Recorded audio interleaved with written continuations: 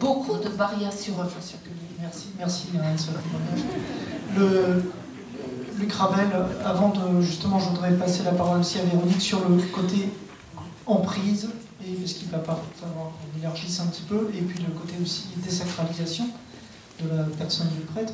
Juste, beaucoup de gens du grand public sont restés un peu sur leur faim par les annonces, notamment qui ont été faites par ce grand sommet à Rome, et donc on s'est dit finalement, bon, tout ça pour ça, et beaucoup de monde dans l'opinion publique qui se disait, bon ben finalement, est-ce que le Vatican, est-ce que le pape a pris la mesure vraiment, c'est important de ce problème?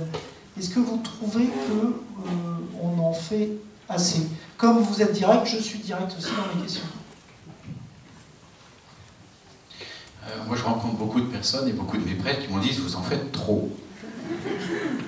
Oui, c'est clair. Bon, ça y est, on en a parlé, maintenant passons à autre chose. Je raisonne, je rebondis sur tout ce qui a été dit avant, mais disons que globalement, ce qui me remonte, c'est ça, en tout cas, dans le clergé. Je pense que le pape, il est, encore une fois, pilote non pas d'une petite vedette ou d'un petit patrouilleur, mais d'un gros paquebot, voilà, et que c'est lourd et c'est long, d'autant que je me permets, tous ceux qui sont en responsabilité, je reconnais pas mal de généraux, là, par exemple, vous savez très bien qu'on ne fait pas tout seul, et que, en plus, si vous voyez que certains de vos collaborateurs tout proches ont trempé là-dedans, au bout d'un moment, enfin, j'en ai pas parlé avec le pape François, mais on se dit finalement sur qui je vais m'appuyer. Voilà, chose que tout évêque aussi se pose, en disant sur qui je vais m'appuyer. Parce qu'évidemment, vous avez peut-être vu au moins les affaires publiques, directement sur cette question des abus sexuels.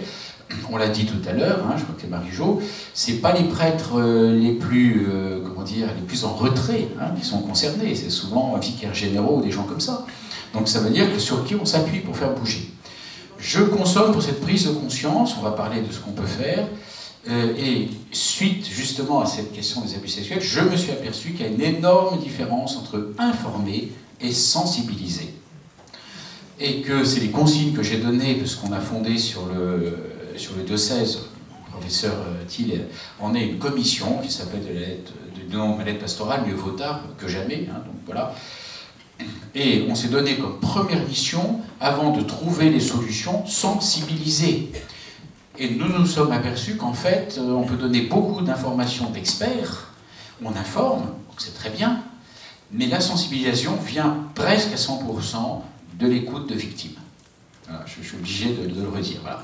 Là, on est touché, si vous voulez, à un autre niveau, quoi. Je ne sais pas comment dire, c'est plus simplement cérébral, c'est au niveau du cœur. Voilà. Donc, est-ce qu'on en fait assez? Ce que je voudrais vraiment, c'est que si on veut faire quelque chose de concret, il faut nous laisser du temps. Sinon, le reste, c'est de l'exhortation, c'est très bien, c'est de l'affichage, mais ça ne marche pas. Moi, je constate que suite, effectivement, à ce symposium de février, on a reçu il y a quelques jours donc, le texte Vos Esti, voilà, Motu Proprio, par exemple, je ne sais pas si on va en parler, mais enfin, vous êtes au Lumière du Monde, par exemple, voilà, qui recadre, qui précise des choses, avec en particulier, on l'a signalé dans la presse, cette obligation faite au clerc, en tout cas, de signalement, voilà. C'est des choses qui allaient de soi, entre guillemets, mais je crois que c'était pas mal qu'on le reprécise. Et puis, essentiellement, ce motu proprio, la question de savoir comment on fait lorsque on ne peut pas s'adresser à l'évêque, parce que justement, c'est l'évêque qui soit est coupable, soit est à couvert. Alors, quel processus faire? Vous comprenez ce que je veux dire? Voilà, le principe, quand c'est le commissaire de police qui a fait le vol, comment on fait, quoi? Vous voyez ce que je veux dire? Voilà. Donc c'est quand même très intéressant, ce sont des pas. Moi j'aime bien les pas concrets. Et encore une fois, je suis persuadé d'une chose, les évêques, effectivement, sont à peu près, maintenant, je crois, ont à peu près tous pris conscience, voilà, au moins informés, voire sensibilisés. Mais la question, je pense qu'on ne fera rien sans le peuple de Dieu, celui que le pape François dit, le saint et fidèle peuple de Dieu. Et bien c'est là où le travail se fait. Et si on veut aller trop vite... C'est que d'abord, le pape étant aux évêques, mais n'étant pas aux laïcs, qui prennent de plus en plus de place dans l'Église. Donc ça, qu'en pensez-vous? Vous pensez qu'il faudrait les processus d'alerte comme ça? Bien entendu. C'est-à-dire que... Alors là, évidemment, on peut se remettre aussi dans le cadre du droit français. Le pape ne peut pas s'y mettre, c'est pour l'Église universelle. Eh oui, voilà. Mais ce qui est certain, c'est que par exemple, en Alsace, on a la chance d'avoir plus de 250 coopérateurs en pastoral, hein, c'est-à-dire des laïcs en mission ecclésiale. Il est clair que ce à quoi on va aboutir dans quelques mois, en tout cas pour le diocèse de Strasbourg, ce sera clairement une obligation faite à tout le monde, à tous les permanents en pastoral, qu'ils soient évêques, vicaires généraux ou catéchistes. Et alors, deuxième bémol qu'on mettait aussi sur le motu proprio, c'est qu'il n'aborde pas la question, et c'est pour ça que je voudrais qu'on ait cette conversation, parce que c'est important, de l'emprise, la question de l'emprise, la question de l'abus de pouvoir. Dans votre livre, Véronique Marron, vous dites que une des choses qu'il faudrait faire aussi, peut-être, c'est désacraliser un peu la personne du prêtre, en tout cas son image dans la société, pour essayer de... Ça serait une des solutions, vous pensez, contre ces phénomènes d'abus sexuels? Le phénomène d'abus d'autorité, il est plus large que ça, parce que lui aussi, enfin, il est plus complexe que cela, mais entre autres, il passe par cette question-là, c'est-à-dire que la question qui est derrière cela, ça n'est pas du tout de considérer demain que la place du prêtre serait quelconque dans une communauté. Nous savons très bien l'importance de la place d'un prêtre, enfin du prêtre, dans la communauté catholique, et c'est aussi une des grandes forces de l'Église catholique, hein, dans l'histoire de l'Église, dans la société. Donc la question, elle n'est pas là. La question, elle est à plusieurs niveaux, à mon avis. Elle est d'abord que c'est le peuple de Dieu qui est saint, quoi.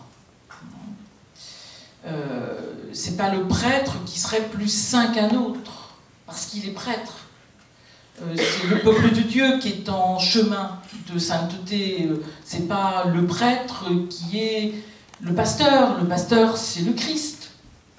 Le pasteur, c'est l'Église derrière le Christ. C'est l'Église comme servante du Christ, mais c'est pas la figure du prêtre. Donc la question, elle n'est pas, encore une fois, de faire du prêtre un homme quelconque, ou qui aurait plus ou moins d'importance, pourquoi pas plus d'importance. Non, pas du tout.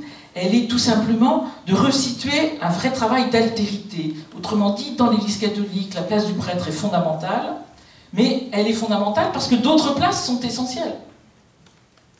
Celle de la communauté catholique tout entière, celle des autres responsables laïcs dans la communauté à un titre ou à un autre, celle bien sûr des autres paroisses, celle de l'évêque, elle est fondamentale parce qu'elle est toujours reliée à d'autres. Et je pense qu'une de nos difficultés, c'est de l'avoir isolée comme une sorte de figure prépondérante, isolée.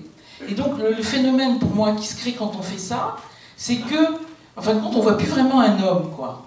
Hein, je ne sais pas très bien ce qu'on voit, mais ça me donne ce sentiment parfois qu'on ne voit plus vraiment un homme, parce qu'avec un peu de chance, pas toujours le cas, mais avec un peu de chance, quand on voit un homme ou une femme, simplement un homme ou une femme, on a quelque chose d'avoir encore un peu d'esprit critique. Et donc si des choses apparaissent quand même étonnantes, pas forcément douteuses, mais étonnantes, peut-être qu'on va se dire, et que du coup on va pouvoir dire à d'autres, sans médisance aucune, mais c'est quand même étrange, quoi. Donc peut-être qu'il faut essayer de lui parler, peut-être que... Mais à partir du moment où on le distingue comme totalement à part, c'est fini, il n'y a plus d'esprit critique au bon sens du terme. Je pense qu'une de nos questions, c'est ça, c'est introduire de l'altérité, c'est garder un esprit critique au bon sens du terme, c'est-à-dire tout simplement réaliste, hein, sur les uns et les autres, non pas du tout soupçonneux. Parce que si on entre dans le soupçon, il n'y a plus de communauté chrétienne. À vrai dire, il n'y a plus de vie, il n'y a plus de société, et il n'y a plus d'église. Parce que toutes nos relations en église reposent sur de la confiance. Parce que toute la vie chrétienne repose sur de la confiance, y compris la confiance dans les témoins qui nous ont transmis l'annonce de la mort et de la résurrection du Christ. Donc, sans confiance, il n'y a pas de communauté. Mais entre la confiance et ce que moi j'appelle la confiance les yeux fermés, alors là, il y a un monde. Et moi, je pense que la confiance est nécessaire, mais que cette confiance doit être les yeux ouverts. Et que les yeux ouverts, ça suppose cette pluralité, et que pour moi, ce que vous évoquez de décléricalisation ou quelque chose comme ça, ou de désacralisation, c'est cela qu'elle veut dire, en fin de compte, assez basiquement. Oui, Véronique vient d'employer le mot de décléricalisation. On peut faire allusion au cléricalisme que justement dénonce le pape François. qui n'est pas seulement le fait des prêtres aussi, qui est le fait de laïcs. Et je mets en rapport le mot de cléricalisme à ce qu'il critique comme l'autoréférentialité de l'Église. Il avait une expression au début de son pontificat, qu'il a repris par ailleurs, qui reprend du reste du père de Lubac. Une église mondaine est une église autoréférentielle. Ça peut paraître paradoxal, une église mondaine, c'est une église justement qui est ouverte au monde, qui limite se dissout dans le monde, alors que justement l'église mondaine, c'est une église qui est fermée sur elle-même. Et donc, le cléricalisme, c'est cela, c'est finalement penser qu'on a uniquement en soi-même ses propres ressources. On a besoin d'autrui. Et l'Église, ça n'est pas une sorte de système vertical où la grâce vous arriverait par toute une série d'intermédiaires pour aboutir finalement quelque peu dilué, un peu appauvri vers le fidèle de base, hein, qui est acceptable, il y en a deux, il y a pas des figures un petit peu plus élevées. Bon. Donc, c'est pas ça. La grâce arrive dans l'Église et elle arrive à travers cette différenciation des ministères. Quand je disais tout à l'heure, on a besoin de revenir aux fondamentaux.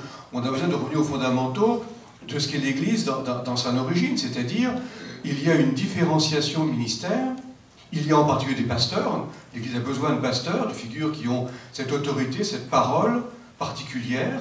Voilà. Je me méfie un peu de... Le vocabulaire du sacré est toujours un peu problématique. Hein, alors désacralisé, c'est encore plus problématique. Donc j'évite ce langage. Pardonnez-moi, mais c'est quand même au cœur du sujet. Quoi? La question du sacré. Ah oui, sacré, attention. C'est au cœur du débat quand même. De quel débat? Le débat sur les abus sexuels. Oui, alors, bon. Expliquons-nous. À la fois de la position de l'Église dans la société et à la fois du rapport entre un prédateur et sa victime. Il y a cette question du sacré quand même qui est importante. Alors, la question du sacré, c'est peut-être justement ça qu'il faut faire tomber. C'est-à-dire, sacré, c'est très ambivalent comme notion. Il faudrait passer un certain temps à décortiquer toutes les composantes, mais c'est très ambigu cette affaire de sacré. La tradition biblique parle de sainteté. C'est pas pareil, la sainteté et le sacré. Le sacré est une catégorie religieuse archaïque qu'on trouve dans toute... c'est la mise à part, alors, mise à part, disons, différenciation, oui, mais comme disait Véronique, le fait effectivement d'avoir fait du prêtre quelqu'un de radicalement haut, de mise à part, d'intouchable, etc. Enfin, d'intouchable, pardonnez-moi l'expression, elle est horrible, parce que intouchable, mais justement, c'est ça qui pose problème. Comment tenir à la fois la différence des situations d'église? Je crois qu'on a aussi besoin de retrouver une vraie différenciation. Notre fonctionnement ecclésial, pour des raisons historiques qu'on peut expliquer, c'est pratiquement bloqué sur un couple binaire prêtre-laïque. Bon, les religieux, Véronique peut le confirmer, les religieux, on ne sait pas très bien où les mettre. Alors quand ils sont ordonnés, ils sont prêtres, quand ils sont ordonnés, ils sont laïcs. Bon, mais vraiment la vie religieuse, qui en principe signifie précisément cette altérité, aboutit à une sorte de jour, on ne sait pas très bien ce que ça représente. Bon, donc on a besoin de retrouver cette différenciation. C'est tout un travail préparé déjà par Vatican II qu'il faut continuer, qu'il faut poursuivre, pour justement sortir de cette dualité. Intéressant du statut des diacres. Bon, là on dérive un petit peu, on s'écarte. Le diacre, c'est pas des prêtres, mais est-ce que c'est des laïcs? Alors, ils sont ordonnés, enfin, on voit bien l'ambiguïté. On a besoin de retrouver, je termine là-dessus, aussi dans la suite de Véronique, on a besoin de retrouver ce que la tradition appelle le sacerdoce commun des baptisés. Hein? Le sacerdoce, c'est d'abord une catégorie. Alors, sacerdoce, voilà, il y a du sacré, effectivement, oui, d'accord, mais ça, c'est, j'allais dire, c'est le baptême qui nous donne cela. Alors, ensuite, il y a un sacerdoce ministériel, bon, ça, on pourra débattre, enfin, c'est un autre débat qui n'est pas simple et qu'il faut reprendre, mais c'est d'abord ça. Alors, pour des raisons historiques, le mot de sacerdoce a été réservé aux seuls prêtres. À l'époque de la chrétienté, c'est évident. Quand tout le monde est baptisé, On va continuer, oui, voilà. Bon, je terminerai ma phrase tout à l'heure. Alors, moi ce que je veux dire par rapport à ce débat, le mot clair veut dire aussi séparé, comme le mot sacré. En fait, il est séparé. Mais comment on est arrivé là? C'est ça ce qui est intéressant. En fait, on est bien dans la suite de la réforme grégorienne, hein, au XIe, XIIe siècle. Et puis, ça, comment dire, on a mis au point, pour des histoires de pouvoir de l'Église, je ne rentrerai pas dans tous les détails de l'histoire, et on a demandé le célibat des prêtres qui a eu bien du mal à s'imposer. Et donc, le Concile de Trente a essayé d'en mettre une couche. Mais en fait, et ça c'est, je trouve, historiquement intéressant, un concile qui se prononce contre la réforme n'est peut-être pas tout à fait aussi équilibré. Et quand on regarde historiquement ce qui s'est passé, on se rend compte que en christianisme, catholicisme, on a renoncé à la parole, entendez la sola scriptura, pour privilégier l'Eucharistie et la figure du prêtre dans une perspective sacrificielle. Et c'est ça ce qui va continuer jusqu'à la période moderne. Le prêtre est un mis à part qui est en fond une certaine manière aussi de lui donner un certain pouvoir en posant de manière extrêmement forte la confession, qui posait déjà des problèmes avant. C'est passionnant. Oui. Ça demanderait un autre débat. C'est difficile de commencer 2 minutes, même pas, et voilà, de ne pas pouvoir terminer. En tout cas, bon, vous aurez compris que l'idée de mise à part vient de là, et c'est une mise à part au-dessus. La virginité, dans toutes ses formes, est au-dessus du mariage. Pie XII le disait encore en 1955 dans Sacra Virginitas. Donc c'est ça ce qui pose, et aujourd'hui encore, parfois on se dit mais le Concile Vatican II est passé par là. Ok, le Concile Vatican II a posé une perspective relationnelle, mais pas suffisante, parce qu'elle reste, le cardinal Sarah dit, on parle pas simplement du prêtre alter Christus, on parle du prêtre ipse Christus, sans aucune distance, ce qui pose quand même de sacrées questions. Or, certains le sont encore. Alors, le Concile Vatican II a essayé d'y remédier, mais quand il y a des langages, quand on dit le prêtre prononce les paroles eucharistiques, in persona Christi, certains le comprennent comme un ipse Christus.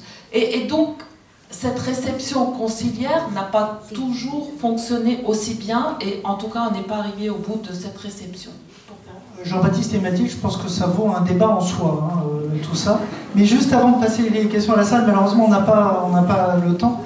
Je voudrais juste vous entendre, Cravel et Véronique Margron. Oui, ce sera pas long, parce qu'évidemment, on ne peut pas reprendre toute l'histoire, hein, de la vision du prêtre et du sacerdoce, etc. Moi, je suis tout à fait prêt à ce que l'Esprit Saint renouvelle l'Église. L'Esprit Saint ne se trompera pas, ne jettera pas le bébé avec l'eau du bain. Je veux dire par là qu'on est l'Église catholique. Voilà. Donc, nos prêtres, nous les aimons et on ne pourra pas s'en passer. Voilà, qu'on soit très clair. Y compris quand on aura la conversion synodale, sur laquelle le pape ne s'est pas beaucoup expliqué, c'est une expression qu'il emploie. Alors, à partir de là, je crois profondément que nous, on fera ce qu'on peut pour dénoncer les crimes, etc., etc. Est-ce que la solution sera, justement, c'est le risque un peu de notre débat, là, maintenant, c'est l'autoréférentialité. C'est-à-dire, on s'intéresse qu'à l'organisation. Et moi, je crois qu'on ne s'en sortira pas. Soit on va essayer d'éjecter les prêtres, soit on va les mettre sous la coupe je sais pas, etc., etc. Bref, des tas de choses qui ne vont pas favoriser les vocations sacerdotales, ça je peux vous le dire. Quel est l'intérêt de tout ça? L'esprit, c'est le Concile Vatican II. Hein, c'est bien de passer au paragraphe 5, 6, etc. Lumen Gentium numéro 1. Pourquoi l'Église existe?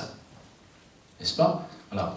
Hein. Elle est totalement lumière, elle n'est pas la lumière des nations, elle sert celui qui est la lumière des nations, qui est Jésus-Christ. Bref, je pense que si l'Église de demain sera l'Église renouvelée par l'Esprit Saint, c'est à partir de ce pourquoi elle existe, c'est-à-dire la mission, l'évangélisation. Parce qu'en définitive, c'est par là que se clôt les évangiles. À partir du moment où on sait qu'on doit annoncer la bonne nouvelle de Jésus-Christ, alors, à ce moment-là, on peut donner du sens à ces mots ronflants de sacerdoce universel, pour lequel je suis tout à fait, il n'y a pas de souci, sacerdoce des baptisés, etc., etc., à ces mots ronflants aussi de sacerdoce ministériel ou de ministère sacerdotal, etc., etc. Mais tout ça, ça sert à quoi et c'est pourquoi? Enfin, pour dire les choses, quand vous savez pourquoi vous vivez, eh bien, même si vous avez des petits bobos, vous vivez mieux.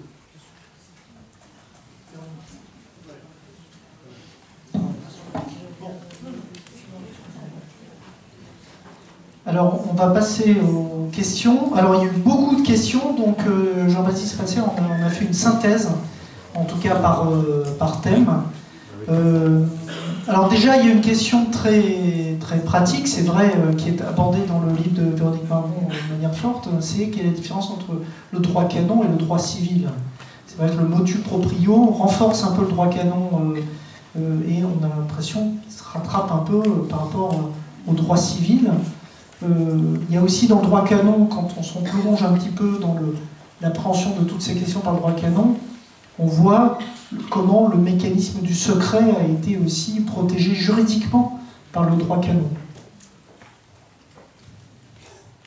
Oui, ça c'est sûr, mais ce que je dirais, c'est qu'il est légitime que l'Église catholique elle ait un droit. C'est légitime et c'est nécessaire, parce que c'est une organisation, et qu'il est donc nécessaire que cette organisation soit aussi structurée par un droit, non ? Lequel droit est lui aussi, depuis sa réforme, référé au Concile Vatican II. Donc tout cela, c'est juste. La question, elle est pour moi de deux ordres. Elle est, alors pour les États démocratiques où nous avons la chance de vivre, vivre dans des États de droit, c'est évidemment le lien entre, en tout cas la non-contradiction, entre ce droit interne et le droit français en l'occurrence. Et donc c'est peut-être tout simplement de rappeler que, quoi qu'il en soit, de toutes nos responsabilités ou pas, nous sommes d'abord des citoyens de ce pays. Et donc le droit de ce pays s'applique puisque nous sommes des citoyens de ce pays et que nous avons la chance de vivre dans un état de droit. Que le motu proprio ne parle pas du droit des États, c'est assez logique, parce que le métier du pape, si j'ose dire, c'est quand même de s'intéresser là et de pouvoir se prononcer sur là où il a de l'autorité. Il a de l'autorité sur le droit, sur l'application, l'interprétation liée au droit canonique. Donc c'est parfaitement logique que ce soit sur cette question-là qu'il se prononce. Donc tant mieux, vraiment 1000 fois tant mieux pour ce motu proprio et pour les avancées qu'il rend possible. Mais je pense qu'il ne faut jamais oublier que le monde entier, malheureusement, ne vit pas dans un état de droit, bien malheureusement, et que donc il est des États où, par exemple, le signalement à la justice du pays, je pense que là où nous sommes ici, c'est une obligation, légale autant que morale. Si vous vivez dans un pays totalement corrompu, il faut réfléchir à deux fois. Si le signalement ne va pas mettre plus encore la victime en danger, il faut réfléchir 2 minutes, quoi. Donc il se trouve que nous sommes dans une situation où nous n'avons, par chance, si j'ose dire, pas ces questions-là, tant mieux. Donc voilà, donc je crois que pour moi, la question entre ces deux droits, c'est pas que ces deux droits existent, au contraire, je pense qu'il y a des lieux, si on pense par exemple à la levée de la prescription, en droit canonique, la prescription peut être levée, ce qui n'est pas le cas dans le cadre du droit de l'État. Donc ça peut être une vraie possibilité par rapport à des situations prescrites, y compris prescrites canoniquement, mais qui sont terrifiantes, scandaleuses, et pour lesquelles surtout il faut pouvoir faire la vérité. Et donc la levée de la prescription peut vraiment aider à faire la vérité et à réparer, c'est un bien grand mot, mais à réparer un tout petit peu, ce qui peut encore l'être, parfois des décennies plus tard. Donc moi je pense vraiment que ces deux droits ont évidemment leur légitimité, mais que surtout, il ne faut jamais oublier que nous sommes d'abord citoyens d'un pays et par chance démocratique. Merci. Vous voulez ajouter un mot ? Oui, qu'il aurait été intéressant dans le motu proprio de préciser que là où il y a un état de droit, eh ben c'est obligatoire. Parce que l'Italie est un état de droit et ce n'est pas obligatoire. Et dans les directives des évêques, eh ben, le signalement est facultatif. Alors, il y a beaucoup de questions aussi sur la formation des prêtres. Alors là, c'est pour vous, je pense, Luc Ravel. Comment on peut, et notamment la formation des prêtres, mais aussi la sélection à l'entrée dans les séminaires, pour essayer justement d'éviter ce genre de dérive après. Oui, alors le risque zéro, hein, ça je ne m'y engage pas. Hein. Et celui qui vous raconte ça, c'est un farceur. Voilà, on est clair. Hein, donc je m'excuse, mais on ne peut pas plus qu'en médecine nous demander l'obligation de résultat, mais l'obligation de moyens. Voilà, qu'on soit très très clair aussi, parce que, encore une fois, on a parlé tout à l'heure un petit peu de ces abuseurs, ils sont souvent, pardonnez-le-moi, hein, je ne peux pas rester plus intelligents que vous et moi. Voilà. Donc ne mettons pas non plus la barre trop haut, parce qu'ils ont quand même 7 à 8 ans de formation. Je me permets de signaler que, est-ce qu'on va le demander à tout homme qui se marie, sachant que 85% des abus sexuels se déroulent dans le cadre de la famille. C'est les chiffres, vous voyez. Donc il faut faire quand même attention. Oui, on va prendre des moyens, ça c'est très clair, ça nous est demandé par la ratio, d'ailleurs, c'est le texte fondamental, et puis on y réfléchit. À titre d'exemple, vous voyez, nos séminaristes de Strasbourg vont passer, là, dans quelques jours, une semaine de formation à la vie affective. On se pose la question aussi d'un discernement par la voie psychologique, parce qu'une fois de plus, c'est bien, encore une fois, d'être informé, etc. Mais c'est toujours pareil, ça marche avec les gens de bonne volonté, qui n'ont pas cette perversité ou cette immaturité, ça les aidera à se connaître eux-mêmes. Je parle des séminaristes, voilà. Mais ensuite, est-ce que le gars qui est vraiment tordu, et qui n'a même pas encore pris conscience, parce qu'il a 20 ans, encore une fois, on n'a pas de chiffres exacts, on les attend de la congrégation de la doctrine de la foi, je le regrette, savoir à quel âge passe à l'acte nos prêtres abuseurs. Vous voyez, j'ai un chiffre qu'on m'a donné, mais pour l'instant qui n'est pas validé encore, de 39 ans par exemple. Vous voyez, donc ce n'est pas nécessairement à 20 ans que lui-même va savoir se connaître sous cet angle-là. Donc c'est vous dire quand même les difficultés de cette prise en compte. Moi je crois personnellement que tout le monde a les yeux, les spots sur ce qu'on appelle la formation initiale, c'est-à-dire dans le séminaire, hein, si vous voulez, les 7 ou 8 ans, les premières années, avec des stages, etc. de maturation. Moi je pense que le vrai défi, il est surtout après la sortie du séminaire. Qu'est-ce qu'il y a comme supervision pastorale? Je parle bien de supervision. Qu'est-ce qu'il y a comme accompagnement spirituel? Voilà, comment le prêtre, au moins tous ceux qui sentent en eux qu'il y a quelque chose de mal formé ou d'informel, comment peut-il lire dans un miroir et reconnaître cela, et comment peut-on l'aider? Moi, c'est ça mon souci, parce que, encore une fois, nous avons des jeunes qui peuvent se tenir impeccables, et même nos séminaristes originaires d'Afrique, par exemple, j'en ai eu, hein, j'ai été maître des novices, etc., dans mon abbaye, je peux vous dire, ils sont impeccables pendant 7 ou 8 ans, hein. C'est les modèles, hein. Vous voyez ce que je veux dire? Donc la vérité, c'est que c'est après la suite qui, je crois, ne doit pas être oubliée. Voilà, alors, je ne réponds pas à votre question, mais je me permets quand même de vous interpeller sur le fait qu'en Église, on l'a déjà dit, il n'y a pas que les prêtres. Dans les soixantaines de cas que j'ai, il y a quand même 2 sacristains et 2 organistes. Et eux, ils n'ont pas reçu le sacrement de l'ordre. On ne peut pas dire que ce soit des clercs. Donc, vous voyez qu'il y a toute une question qui est plus large que la simple question de la formation sacerdotale. Alors là, je vois une question, par exemple, Véronique, sur cette crise. Quelqu'un qui dit, plutôt un commentaire, hein, cette crise met en relief un problème de relation de l'Église au corps humain sexué. Donc c'est vrai que ça ouvre de manière assez large la discussion, mais qu'en pensez-vous? C'est plus qu'un problème, mais c'est plusieurs choses à la fois, je pense.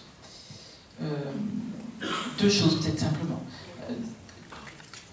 Les abus sexuels, ce qui est un terme que j'ai personnellement beaucoup de mal à employer, parce que toute atteinte sexuelle sur un corps d'enfant ou d'adulte vulnérable est de toute façon un abus, donc est une transgression, quand on parle d'un abus d'autorité, il y a une autorité légitime. Il y a quelqu'un qui va abuser de cette autorité.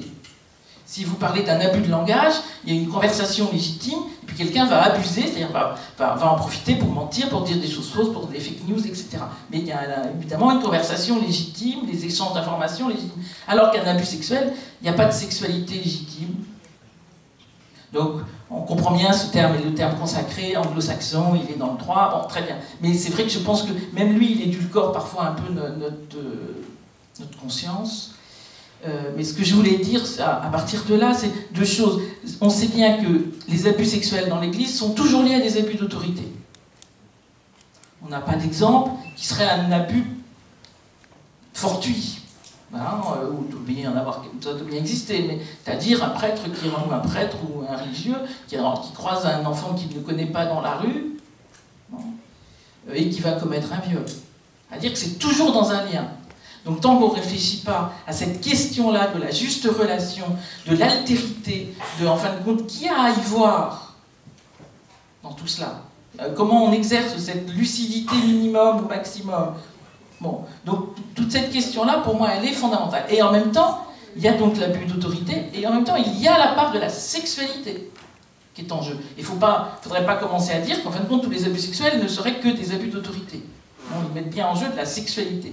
Donc en effet, le rapport au corps, à la réalité d'un corps, dans son altérité, dans sa différence, ce qu'évoquait Marie-Jo tout à l'heure, dans ces grandes différences de génération et de genre, est fondamental. Donc que l'Église ait un problème ou des questions à traiter, à réfléchir à cet endroit-là, je pense qu'on peut tous en convenir, mais ça c'est pas seulement... c'est à la fois l'Église qui a à y réfléchir sur... Qu'est-ce qui... Oui, quelle est la juste relation légitime qui est, comme l'évoquait Marie-Jo, toujours soumise à la loi. C'est-à-dire que la loi, elle est toujours celle qui me devance, qui est avant. Je ne suis jamais la loi de la loi. C'est-à-dire c'est pas moi qui décide que la loi de l'inceste ne s'applique pas me concernant. De l'interdit de l'inceste ne s'appliquerait pas me concernant. Voilà. Alors qu'on sait bien que pour, pas tous les agresseurs, mais un certain nombre d'entre eux, c'est exactement ce qui se passe. Donc il faut pouvoir situer et appréhender pour moi les deux questions, ce qui est lié à l'abus d'autorité, jusqu'à l'emprise, et ce qui est lié à la sexualité elle-même de ces hommes, parfois de ces femmes. Alors, autre question, François Heuvet. La crise n'est-elle pas le résultat du moralisme sexuel de l'Église, on pourrait dire du dogmatisme sur la question des violences?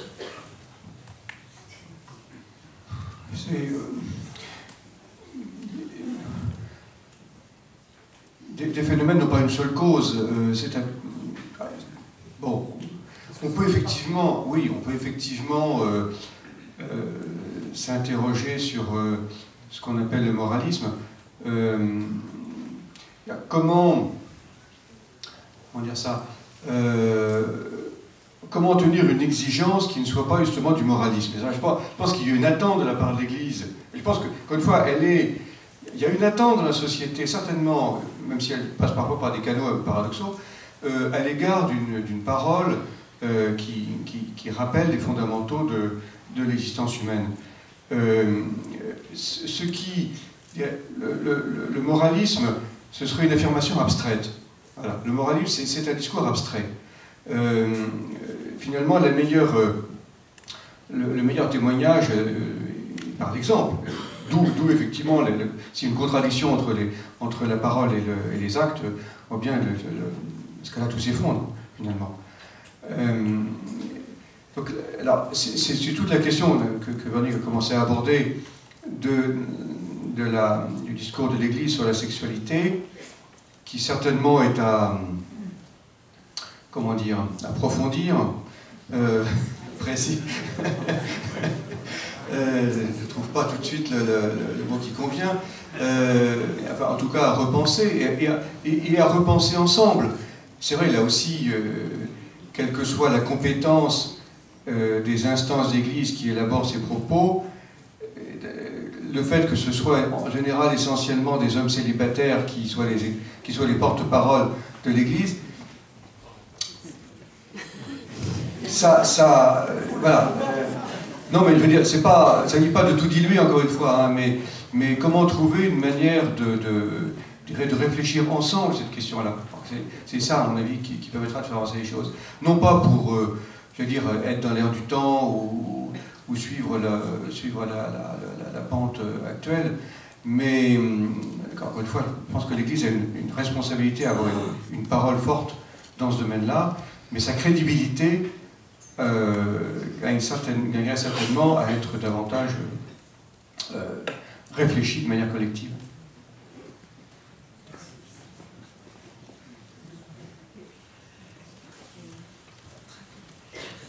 Je crois qu'il faut réformer toute l'éthique sexuelle et familiale. Excusez-moi de le dire comme ça, puisque tout le monde le sous-entend et que personne n'ose le dire. L'Église met tout dans le même sac, le péché contre le 6e commandement. Ça veut dire très exactement, puisque c'est écrit dans le droit canon, que l'attouchement, la contraception, le viol, je dis bien le viol, la pédophilie, tout ce que vous voulez, la masturbation, rajoutez-en encore quelques-uns, c'est exactement la même chose. Et tout ça, c'est de l'intrinsèquement mauvais, figurez-vous. Donc il n'y a même pas de place pour le discernement, puisque c'est intrinsèquement mauvais. Voilà. En gros, il y a quand même un problème majeur. Et ceux qui étaient censés et qui ont posé pendant des années dans la confession la question « Combien vous avez eu d'enfants au cours de la dernière année ?» Hein? Je veux dire, les plus âgés d'entre vous, ma mère m'a dit ça je ne sais combien de fois. Ils étaient censés, en confession, les prêtres, poser la question « Combien avez-vous d'enfants ?» pour savoir si effectivement ils ont respecté la loi de la famille, de l'Église, etc., etc. Et il y a quand même un sacré problème. Et ceux qui étaient censés transmettre donc cette fameuse doctrine sexuelle et familiale, ben, ils ont failli. Ils ont failli, qu'on le veuille ou pas, ils ont failli. Donc la faillite est totale. Non seulement Humanum Vitae et d'autres textes ne sont pas respectés. Comme médecin, j'ai eu vraiment l'occasion de le voir. Les chrétiens pratiquants n'observent pas l'enseignement de l'Église. Ils font un discernement responsable. Moi, je le dis comme ça, ils réfléchissent. Ils ne sont pas tous dans une espèce de plaisir ou de je ne sais pas quoi, comme on le dit trop souvent quand on est dans certains textes officiels. Je ne suis pas d'accord avec cette affaire-là. Non ? Je crois qu'il faut oser regarder en face la réalité et se dire que, ben voilà, il faut quand même essayer d'aller de l'avant, parce que la parole du Christ dans l'Évangile concernant l'amour de l'autre, etc., il y a des choses magnifiques. Le respect du corps dans l'Évangile, mais c'est magnifique, le Christ qui respecte la femme. Écoutez, et puis même le respect l'un de l'autre dans le couple. Je veux dire, l'enseignement de l'Église n'est pas faux, comprenez-moi bien, c'est pas du tout ce que je dis quand l'Église dit qu'il faut se respecter, etc. Elle a raison, mais elle a tort quand elle est intransigeante, quand elle refuse le discernement. Quand vous regardez les textes, on se rend compte qu'après le Concile, les 3 papes successifs ont refusé tout discernement sur l'éthique sexuelle et familiale. On était dans une autre perspective herméneutique que j'appelle dans mon livre universaliste et normative. Même les évêques du Rhin supérieur, Monseigneur Doré, vous en étiez, avaient demandé que pour, par exemple, la communion pour les divorcés remariés, on puisse discerner. Je ne dis pas autre chose, discerner. Ben non, c'était pas permis. C'était pas permis de discerner, alors que c'est la pure tradition de l'Église. Voilà. Alors, vive le pape François qui, dans Amoris Laetitia, nous apprend le discernement, mais vous voyez qu'il y a toute une frange de l'Église qui n'est pas d'accord sur ce plan avec lui, et dès lors que nous, théologiens, nous parlons, ben, on est aussi sur le grill parfois. C'est pas toujours les théologiennes, plus que les théologiens encore, peut-être, je sais pas. Voilà, moi je mise sur les laïcs, donc voilà. Alors, juste, il y a une question, je pense, qui s'adresse à vous, en tout cas, je vous l'adresse, c'est la question du témoignage. C'est vrai qu'on a beaucoup parlé des choses un peu scandaleuses, lourdes. Maintenant, il faut peut-être parler un peu l'espérance, enfin... mais actuellement, il y a quelqu'un qui se demande dans la salle, est-ce que c'est difficile pour vous de porter un témoignage avec la charge qui est la vôtre dans une société évidemment qui est soupçonneuse, où l'Église s'est un petit peu éloignée de cette société, en tout cas c'est l'image qu'elle donne. En même temps, il faut ajouter quand même que l'Église est une des premières institutions à prendre à bras-le-corps ce genre de problème. Hein. Il y aura d'autres institutions, elle pourra servir de modèle d'ailleurs peut-être à d'autres institutions dans sa façon de prendre avec la Commission Sauvé, enfin avec beaucoup de choses actuellement en France. Mais est-ce que vous avez du mal à porter ce témoignage? Est-ce que vous ressentez ce regard collectif sur vous? Oui, ce concernant le rôle de l'Église, une conversation il y a 3 jours de quelqu'un qui me dit oui, on en a marre, l'Église catholique, donc toujours le bouc émissaire. Moi je dis c'est une très très belle image. C'est-à-dire qu'en effet, on prend pour l'instant peut-être des problèmes qui encore une fois ne sont pas spécifiques, particularisés donc, dans l'Église, même s'il y a peut-être, mais ça pour l'instant on n'a pas beaucoup de réflexion là-dessus, quelque chose de particulier attribué aux prêtres, encore une fois, hein, je trouve que dans nos discussions, on ne distingue pas assez ce qui est l'autorité donnée dans l'Église, mais encore une fois par un laïc, on l'a dit tout à l'heure, hein, il peut y avoir des laïcs aussi qui commettent cela, hein, j'en ai donc, hein, voilà, ou au sein de communautés religieuses, et puis ce qui est particulier, est-ce que l'ordination sacerdotale a donné une autorité spirituelle, évidemment, particulière aux prêtres? Voilà, c'est des questions qu'il faudra qu'on repense. Donc, effectivement, d'une certaine façon, l'Église est bouc émissaire, elle prend peut-être le péché du monde, et souhaitons que justement elle soit en avance et non pas en arrière par rapport à ce qui se fait déjà dans la société et qui sera peut-être un appel pour d'autres institutions, mais évidemment, et là je vais vous décevoir terriblement, comme le gros problème au plan quantitatif, hein, encore une fois, 85 à 90% se passe dans le milieu familial, vous allez m'expliquer, c'est pas une institution, comment vous allez faire pour réformer tout ça, vous voyez. Donc ne soyons même pas trop naïfs sur tout ce qu'on peut faire, mais en tout cas, au niveau de l'éducation, il y aura quelque chose d'énorme à faire. Alors, il est clair, on l'a dit tout à l'heure, que la crédibilité de l'Église est quand même lourdement entamée. Peut-être pas, encore une fois, dans nos milieux catholiques, parce que quelque part, on trouve ça déplorable, voire peut-être crucifiant, hein, si on a été victime, hein, mais en même temps, on fait confiance au Christ, et puis on sait qu'il nous entraîne aussi dans cette communauté, hein, encore une fois, on en a parlé tout à l'heure avec Saonic, hein, qui est l'Église. Mais à l'extérieur, si vous avez des rencontres et autres, et je le vois dans le monde médiatique en particulier, il est clair que là, il ne faut pas se voiler la face, sa crédibilité est terriblement entamée. Or, effectivement, dans la mesure où nous portons la mission de l'évangélisation à travers non pas une démonstration logique, c'est en ce sens-là que la foi n'est pas rationnelle, même si elle est raisonnable, il est évidemment que la force du témoin, de celui qui porte, enfin la crédibilité du témoin est directement engagée. C'est pour ça que je crois extrêmement important le travail que nous faisons aujourd'hui, parce qu'il est directement lié, encore une fois, à notre finalité, à ce pourquoi nous existons, c'est-à-dire l'évangélisation. Et encore une fois, nous n'avons pas à témoigner évidemment de notre sainteté personnelle, hein, ça je me permets, parce que le mot témoignage est peut-être un peu ambigu, nous avons à témoigner de Jésus-Christ dans nos vies, bien entendu. Et le fait que nous soyons pécheurs, ça c'est une certitude, le fait qu'on soit criminel aujourd'hui, c'est encore quelque chose de différent. Alors malheureusement, le temps n'est pas extensible, donc on va être obligé de clôturer cette rencontre. On a ouvert énormément de débats, hein. Je pense qu'il y a plusieurs débats qui peuvent être organisés encore à la procure sur plein de... Pardon encore de vous avoir interrompu tout à l'heure, mais bon, ce sera peut-être un nouveau débat ici même. Je voudrais, Véronique Margon, que vous clôturiez, si on peut clôturer une telle rencontre, enfin nous dire quelques mots de conclusion en ramassant un peu ce qui s'est dit, avant de passer aux dédicaces des ouvrages respectifs. Non, je pense que la conclusion, c'est à vous qu'elle appartient.